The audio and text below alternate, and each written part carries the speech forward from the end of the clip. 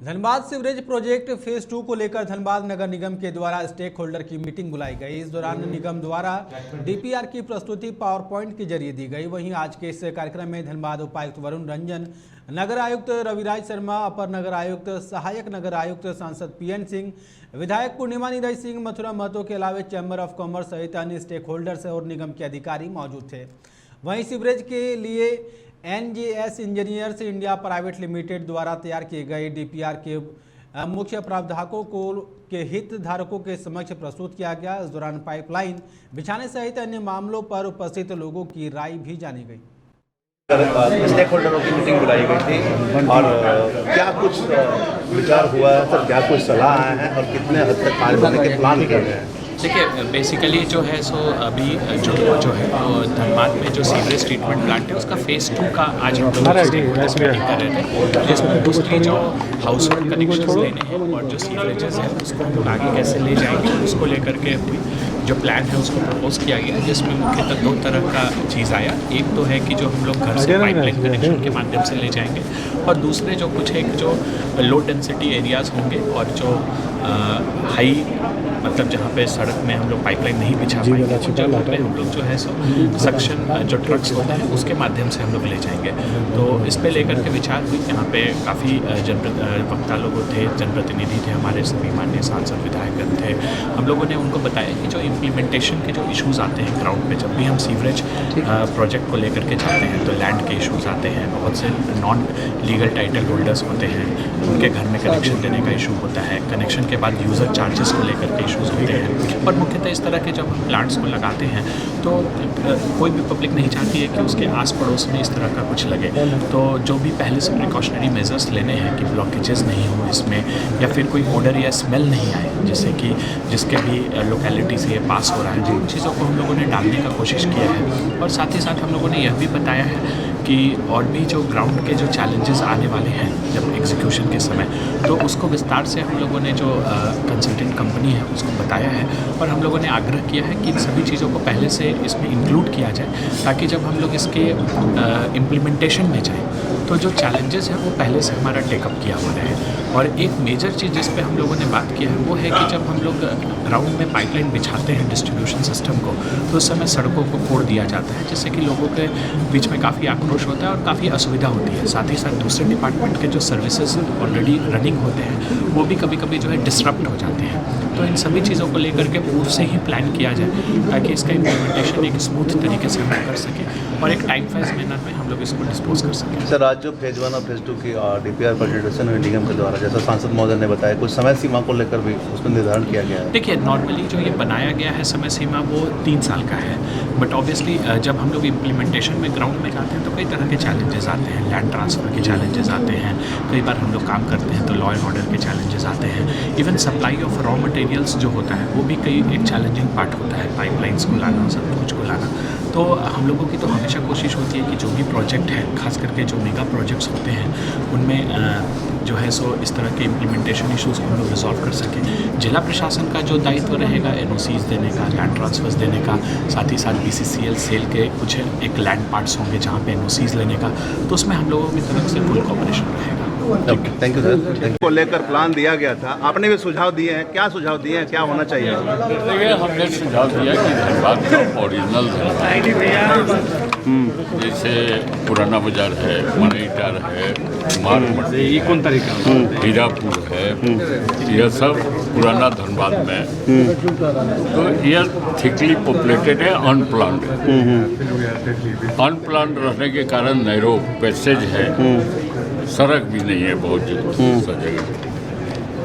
तो उस जगह पर सीवेज सिस्टम को डेवलप करना, उसके लिए क्या मैंने आपको फिर एक जो फिगर आया उसमें इन लोगों ने माना कि त्रुटि है कि यहाँ पर कितने शौचालय हैं, तो 2 लाख कितना घर बतलाए 68,000 और शौचालय 50,000, तो उन लोगों ने माना कि यह जो है गलत फिगर हो गया है। तो निश्चित रूप से अनप्लान्ड है, तो उसको किस तरह से डेवलप करेंगे उसका मास्टर प्लान इन लोगों के पास है लेकिन यह समस्या जिसमें कि नाला नली और जो है सैनिटेशन का पानी, सैनिटेशन का वह सब जो है सीवेज सिस्टम में डेवलप करना है। अगर ये धनबाद में हो जाए, धनबाद, झरिया, केंदुआ करके या कतरास, फिर उधर जमा डोबा का क्षेत्र या छोटे छोटे जहाँ पर घर के बगल में घर के बगल में घर को, तो उस जगह पर नाली के लिए झंझट होता है कि इस साइड मेरे तरफ बनेगा कि उधर बनेगा। अगर नाली बना दीजिए तो आने जाने का रास्ता खत्म हो जाता है। तो उस जगह पर आपकी क्या योजना है वो तो इन लोगों ने बताया कि हम लोग बना रहे हैं, लेकिन दूसरी तरफ टाइम बाउंड इन लोगों ने बतलाया कि टाइम बाउंड है, वो हम डीपीआर की ओर बढ़ रहे हैं, डीपीआर का टेक्निकल सेंक्शन की ओर बढ़ रहा है, टेंडर की ओर बढ़ रहे हैं, सब 30 जनवरी तक। तो उसकी तैयारी आज हमें लगता है कि उसके लिए तैयारी नहीं है। और क्या क्या सुझाव है और किस प्रकार से इसको अमली जामा पहनाना है? सीवरेज सिस्टम का जो आज स्टेक होल्डर्स की मीटिंग थी उसमें जनप्रतिनिधि, माननीय सांसद आए हैं, विधायक भी आए हैं और जिला प्रशासन के भी लोग थे। स्टेक होल्डर्स में चैम्बर्स थे और बाकी अन्य स्टेक होल्डर्स भी थे, BIT सिंधी भी थे जी, सारे लोग थे। और इनके सामने प्रेजेंटेशन दिया गया है DLS के द्वारा और जो सुझाव आए हैं या जो क्वेरी किए गए हैं जी, उन सारे क्वेरीज को नोट किया गया है और उनको जब डिटेल प्रोजेक्ट रिपोर्ट बनेगा तब उनको उसमें शामिल किया जाएगा और सारी शंकाओं का समाधान उसमें किया जाएगा। कितने की योजना है ये टोटल? ये सेकेंड फेज में 1857 करोड़ की योजना है और फर्स्ट फेज में 800 करोड़ की योजना।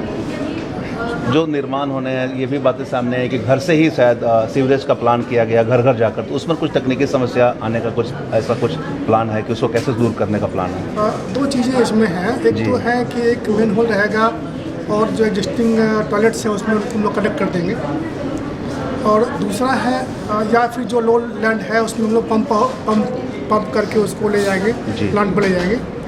जो कंजेस्टेड एरिया है जहाँ पर गाड़ियाँ जा नहीं सकती है या जहाँ पर नाली नहीं बन सकती है, उसके लिए प्लान किया गया है कि उसको हम लोग मशीन लगा करके पंप आउट सक करके हम लोग उसको जो ट्रीटमेंट प्लांट है वहाँ तक हम लोग ले जाएंगे। इसे बताया गया है कि करीब 100-150 मीटर का वो पाइप होता है और भविष्य में अगर आवश्यकता पड़ेगी तो हम लोग उसको पाइप और बड़ा करने की कोशिश करेंगे। टेक्नोलॉजी और नए आएंगे उसको भी इसको इम्प्लीमेंट किया जाए। सभी 55 वार्ड को आच्छादित करना है। बिल्कुल पूरे धनबाद नगर निगम को आच्छादित करना है। एक सवाल और इससे इतर है, छठ में तालाबों की सफाई बहुत अच्छे तरीके से हुई थी, युद्ध पैमाने पर हुई थी, लेकिन फिर स्थिति बदतर हो गई है तालाबों की दोबारा।